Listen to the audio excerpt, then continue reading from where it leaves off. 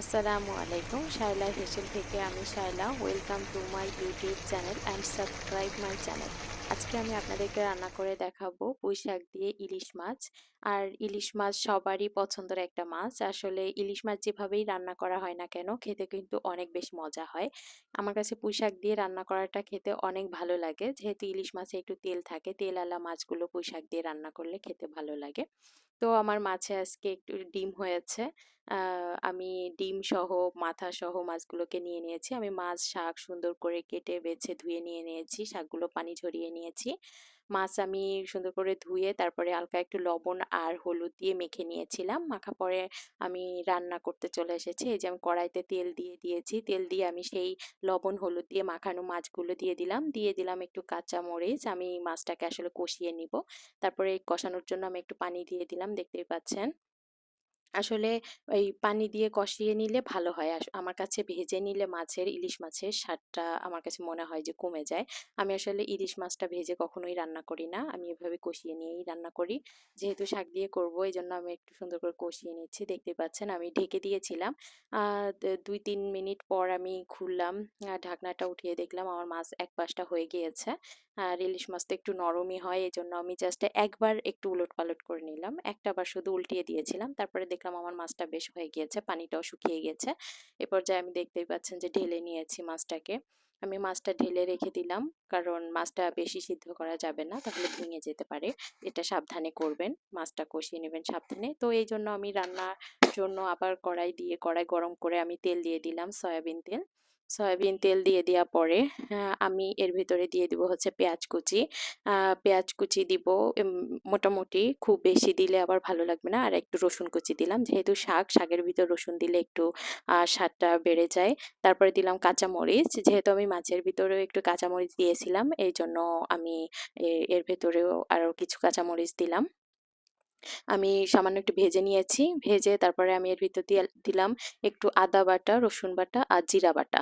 জিরাটা আমি বেটেই দিয়েছি। অনেকে চাইলে জিরা গুঁড়াও দিতে পারেন।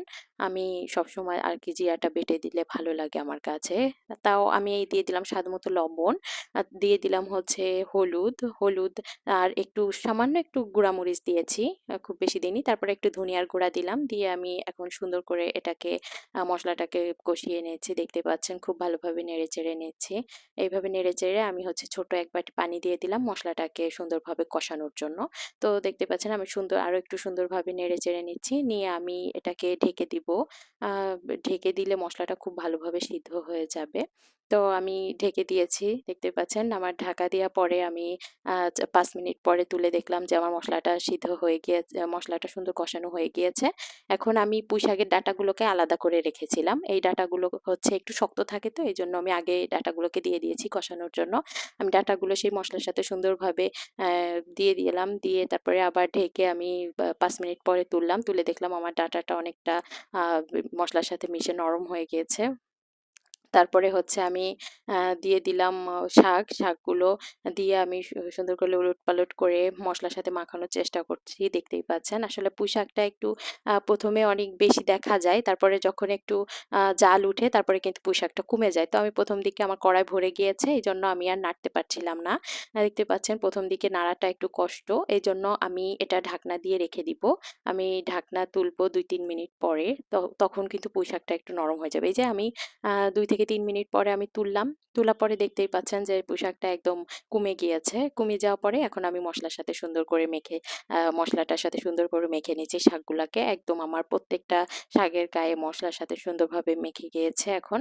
দেখতেই পাচ্ছেন। তারপরে আমি আবার একটু ঢাকা দিয়ে রেখে দিলাম। আমি ৬ মিনিট পরে তুললাম। তুলে দেখলাম যে আমার পুঁই শাকটা অনেকটা আ মা সিদ্ধ হয়ে গেছে। আমি একটু টিপে দেখলাম যে, তারপরে আমি সামান্য একটু পানি এড করলাম। আরেকটু ভালো করে রান্নাটা হওয়ার জন্য। আমি কিন্তু খুব বেশি পানি দেইনি।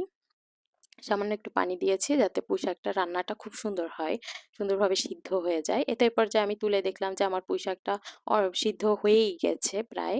আ মানে ডাঁটাগুলো সিদ্ধ হয়ে গিয়েছে। তো এখন আমি সেই কষিয়ে রাখা মাছগুলো দিয়ে দিচ্ছি। আমি দিয়ে দিলাম মাথা আগে, তারপরে মাছগুলোকে সুন্দরভাবে দিয়ে দিচ্ছি। আমি ডিমটাকেও দিয়ে দিলাম সুন্দরভাবে দিয়ে আমি এখন এটাকে খুব বেশি নাড়বো না। যেহেতু মাছগুলো আমি কষিয়ে নিয়েছি, বেশি নাড়লে মাছগুলো ভেঙে যেতে পারে। এজন্য সামান্য একটু নেড়ে দিয়ে আমি আবার একটু ঢেকে রেখে দিব। দেখতেই পাচ্ছেন পুঁইশাক হচ্ছে খুব বেশি জাল দিয়েও রান্না করা যাবে না, খুব বেশি পানিও দেওয়া যাবে না। এজন্য আমি সামান্য পরিমাণে পানি দিয়েই রান্নাটা করে ফেললাম। দেখতেই পাচ্ছেন এই যে আমার মাছগুলোও সিদ্ধ হয়ে গেছে। শাক এই পর্যায়ে আমার রান্নার শেষের পথে আমি একটু আ জিরা ভেজে গুঁড়া করে নিয়েছিলাম সেটা আমি দিয়ে দিয়েছি। দেখতেই পাচ্ছেন আমার কালারটাও সুন্দর এসেছে রান্নাটাও। ধন্যবাদ সবাইকে।